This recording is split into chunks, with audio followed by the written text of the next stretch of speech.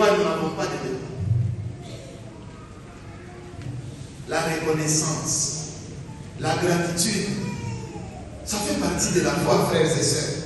Quand on ne sait pas être reconnaissant, quand on n'a pas de gratitude dans notre vie, nous pouvons venir à l'église tous les jours. Nous pouvons poser les gestes de charité tous les jours. Mais notre foi est en lanterne. Dire à votre ami qui vous a déjà aidé, lui dire simplement merci. Nous, hommes, nous avons une mauvaise habitude. Quelqu'un peut faire pour nous 99 bien.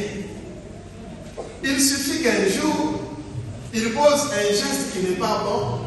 Nous oublions tous les 99 bien, n'est-ce pas? N'est-ce pas? C'est un esprit malsain. La reconnaissance. Quand on dit merci, on s'ouvre aussi le chemin de la bénédiction.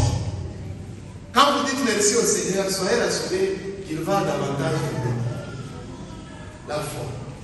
Si ce Samaritain est parti dire merci au Seigneur, c'est parce qu'il avait la foi en Dieu. Vous, quand vous avez le mariage, quand vous avez le travail, quand vous avez les enfants, c'est à peine que vous pensez à Dieu. C'est à peine que vous pensez à Dieu. Mais lorsque vous n'avez plus d'emploi, lorsque vous n'avez plus de travail, et vous dites que Dieu n'a pas entendu votre prière, est-ce que le jour qui vous a donné le travail, vous lui avez dit merci?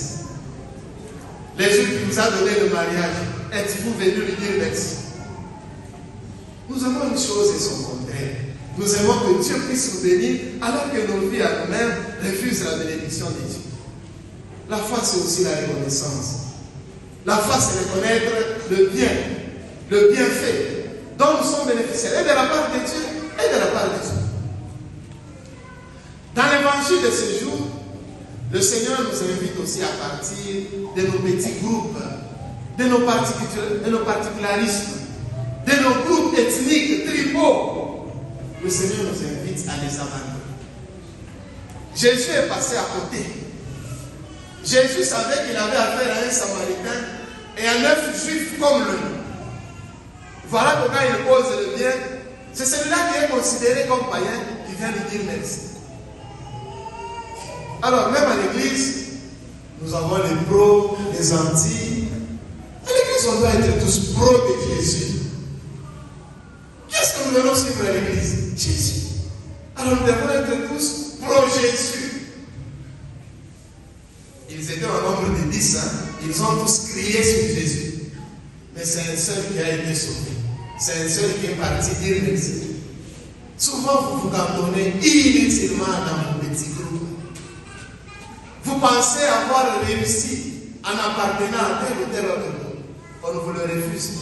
Mais soyez rassurés que le salut ne vous sera pas accordé au nom de votre groupe. Le salut ne vous sera pas accordé au nom de l'association à laquelle vous appartenez. C'est bien beau d'appartenir à une